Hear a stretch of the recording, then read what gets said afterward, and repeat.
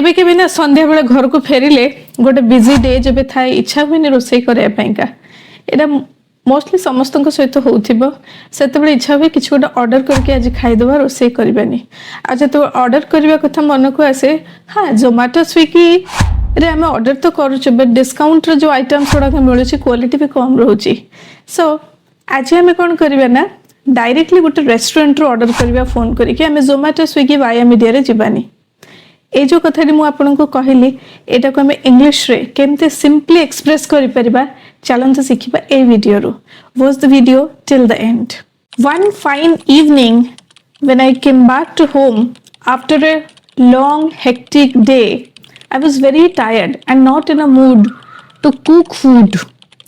So I decided, let me order food from a restaurant because these Zomato Swiggy people, they're not providing qualitative food.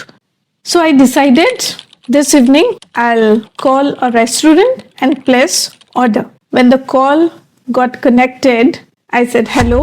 The other person wished me good evening. I wished him back good evening. Then he asked what I wanted to order. I replied, I want to order one veg biryani and one paneer masala. Then I asked one important question. How long will it take to get delivered at my place? The person replied, within max 30 minutes, ma'am.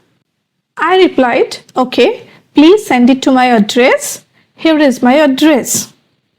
The person, before hangs up the call, I said, thank you very much. Nowadays, I find most of the people, they say, send fast, take order, deliver soon.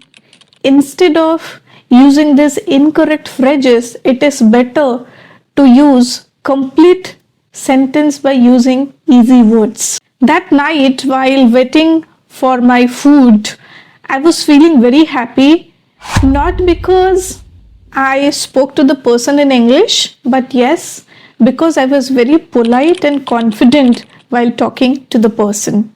Remember, every conversation is a chance to improve your English.